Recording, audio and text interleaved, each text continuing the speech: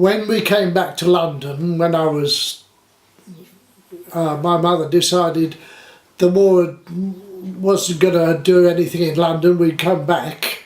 Just before the doodlebug started? Yeah, that's it. So I needed a job. And I went to see my grandfather, who had quite a lot of influence, and he collected 2 or 3 other gentlemen, elderly gentlemen, and I had to sort of have an interview with them. And what did I want a job in the print or in the post office telephones? So I said the post office telephones, so they all put their heads together, and I got a letter saying you work for the post office telephones.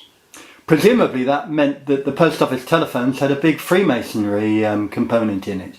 I suppose so, yeah. And didn't anybody say, well, you can't be a telephone engineer if you're colourblind? No, I could be a telephone engineer because they said so. But it was all about knowing which coloured wire was what. Yes, bit tricky for me. But I can remember it was blue, orange, green, brown, red. But what I did know was the green and the red. Because you're green, red, brown, colourblind, aren't you? Yes, yeah. Yeah. But what I did was I found myself a headset and some clips and frigged about with the wires till I got the ones that worked.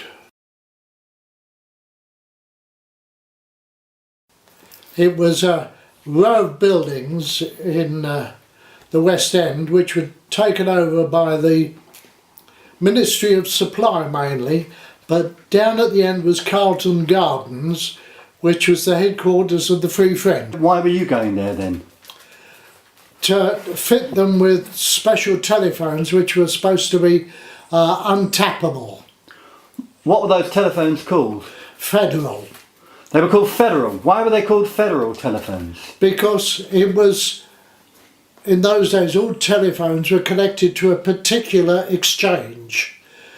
The secret telephones were connected to an exchange called Federal Exchange, which was all confidential.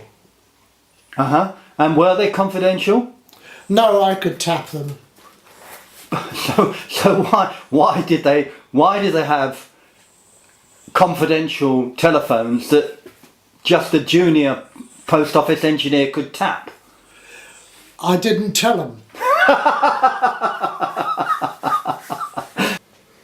They were just ordinary telephones really, just a different colour.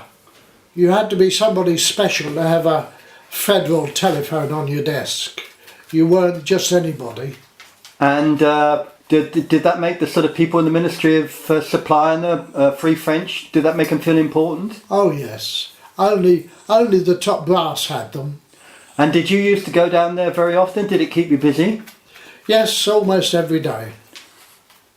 And I can't understand that. You're just fitting the telephones. You couldn't have been there every day just for fitting telephones, could you? Yes, because tomorrow Mr. General, whatever his name was, would want his phone from here over there because he wanted his desk with the back to the window. Or, you know, there was always something. When I went down to see the Free French, I usually had to wade my way through screaming girls because that seemed to be the main preoccupation of the French gentleman in the Free French headquarters. It wasn't because you were a pop star at the time and the girls were screaming at you then, Dad? No, they didn't notice me, I'm afraid, sadly. That's because you were quite young at the time, weren't you? Yes, I was about 17. Why were the girls screaming? Because they were being chased by men with who wanted to handle them a bit. Everyone who wanted to get into an official building of any sort had to have some kind of a pass, otherwise you wouldn't get past the door. MI5 was the worst of all. They had a zigzag corridor with mirrors, so you showed the pass into the mirror and kept proceeding. You didn't get shot if they recognised it. And places like the War Office, even the ministries, or you couldn't get past the door without you had a proper pass to show. Mm-hmm. Packet of Goldflake did the job. I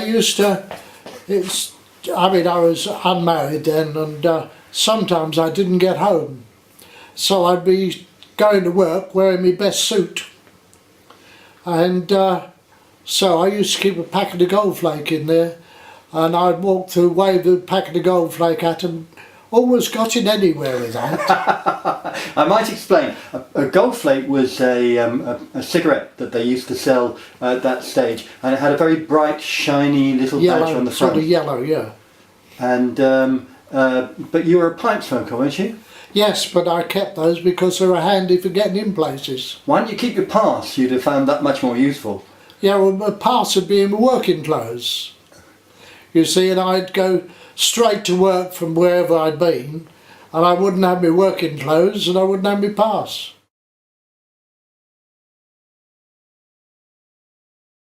Most of the Free French were French people who'd been living in England, so they came merely because everybody wanted to do something for the war effort, and they thought that was the best thing they could do. But there were French people who escaped from France, de Gaulle and his colleagues. Did you meet de Gaulle? Yes. Yes, he was a bit of a bullshitter. De Gaulle famously wouldn't speak English, Dad. No, I could speak a bit of French. Really? You never told me you spoke French? Yes, I'd taught French at school. You taught French? I was taught French. You were taught French, so you speak a little bit of French. So you spoke French to de Gaulle, did you? Well, I mean, you probably don't remember, but... Yeah, well, I suppose I said, hello and... Bonjour and that sort of stuff. Yeah. Yeah. And, I mean, de Gaulle was a very rude, huffy man. Yes, pompous is the word I'd use. And you said something about his rank. Yes, he was a colonel.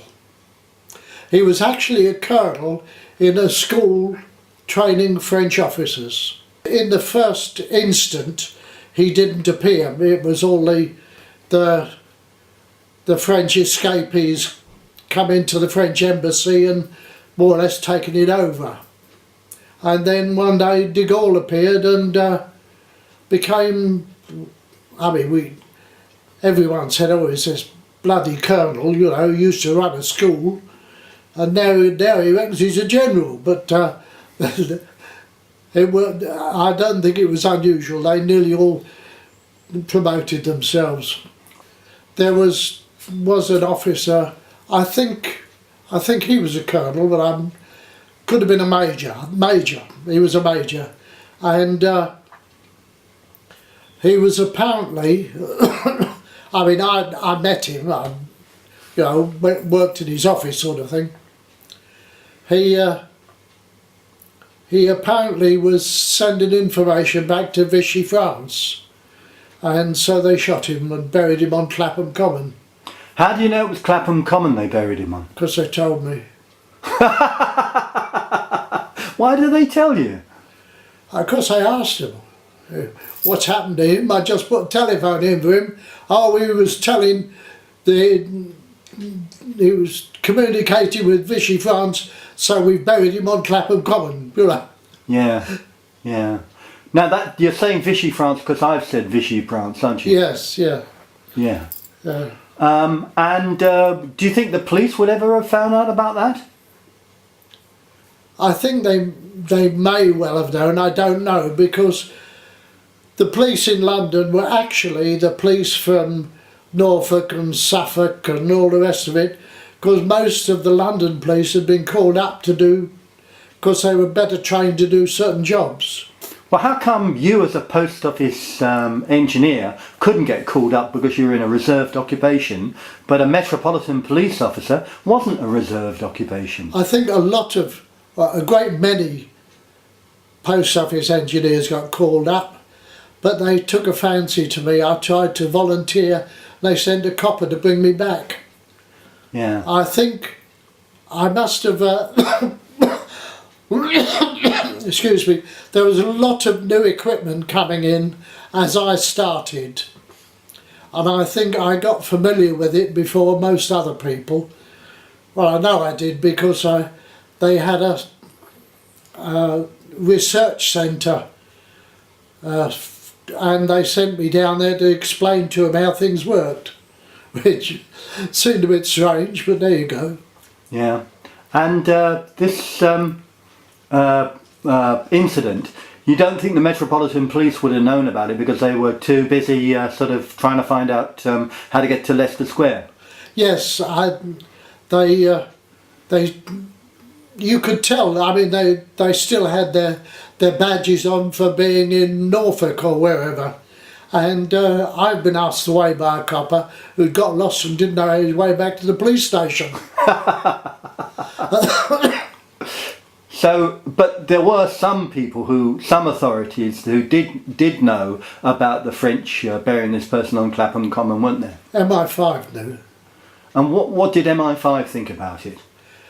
MI5 thought it wasn't any of their business. But you said that they were pissed off about it.